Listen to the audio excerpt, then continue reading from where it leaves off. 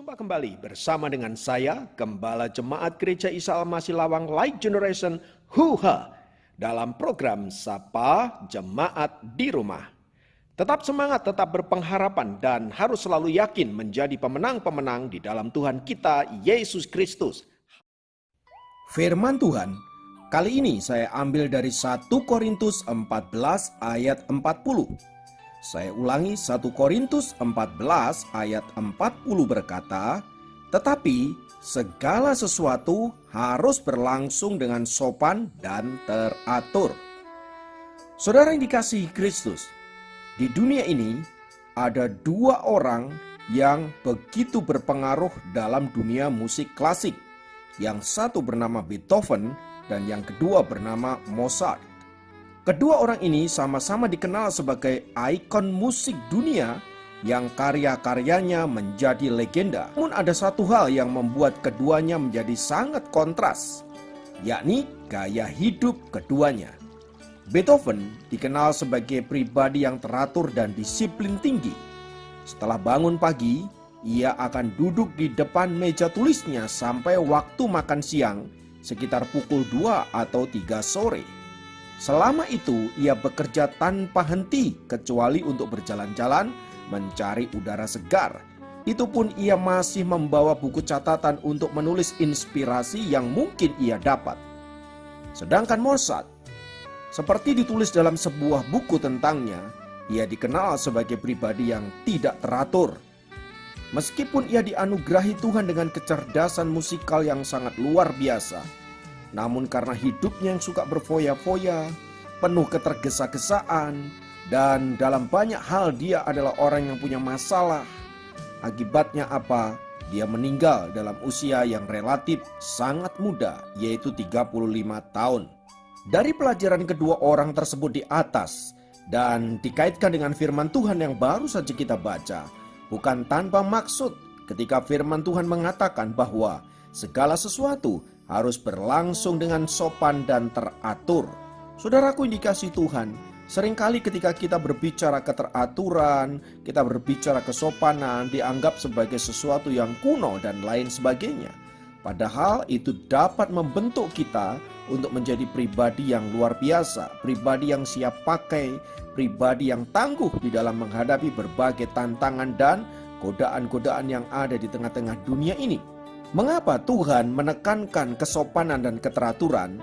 Saudara-saudara, karena ia tidak hanya ingin melihat hasil dari anak-anaknya, tetapi juga proses yang dijalaninya. Ingat, tidak semua orang memiliki anugerah seperti Mozart, yang meskipun hidupnya tidak teratur, tidak disiplin, namun tetap bisa menghasilkan karya yang luar biasa. Satu berbanding jutaan orang di dunia ini. Sebab umum yang terjadi adalah proseslah yang seringkali menentukan hasil. Dengan kata lain, kalau prosesnya benar, prosesnya baik, maka hasilnya akan baik. Nah, saudara-saudara dikasihi Tuhan, inilah yang harus kita lakukan sebagai anak-anak Tuhan. Bagaimana kita menghargai setiap proses dalam hidup ini, ya, bukan soal bagaimana kita mencapai hasilnya. Karena saya percaya hasil itu adalah akibat dari proses yang sedang kita jalani. Sayangnya ada banyak anak-anak Tuhan yang ingin hasil tanpa mau proses. Ingin sukses tidak mau bekerja keras, tidak mau berdoa, tidak mau hidup dalam kebenaran, namun ingin memiliki kehidupan yang diberkati. Saudara, itu tentu sebuah kemustahilan. Nah, di dalam Tuhan, saudara-saudara, kita tidak boleh demikian. Sebab Tuhan kita adalah Tuhan yang teratur, Tuhan yang tertib.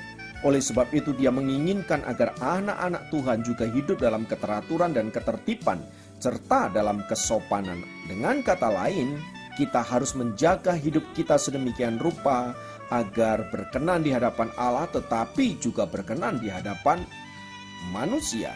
Dan yang lebih penting dari semua itu, saudara-saudara, setiap proses yang kita jalani itu ujungnya kita tahu akan membawa kebaikan bagi hidup kita. Jadi saudara-saudara, jangan pernah menolak proses yang Tuhan sedang kerjakan dalam hidup kita.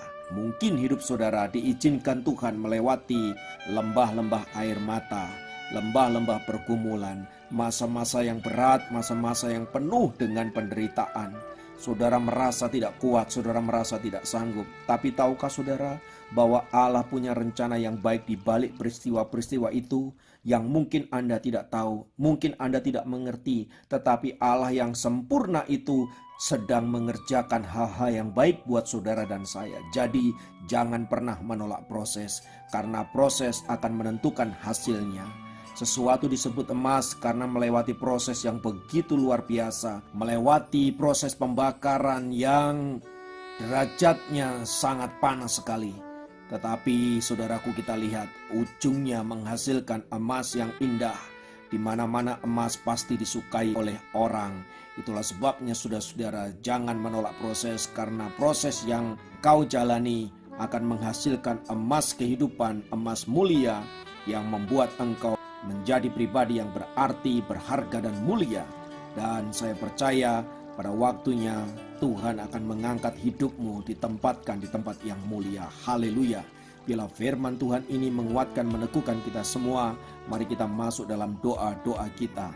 Bapa, dalam nama Yesus, kami naikkan pujian dan syukur kami untuk setiap proses yang Tuhan kerjakan dalam hidup kami.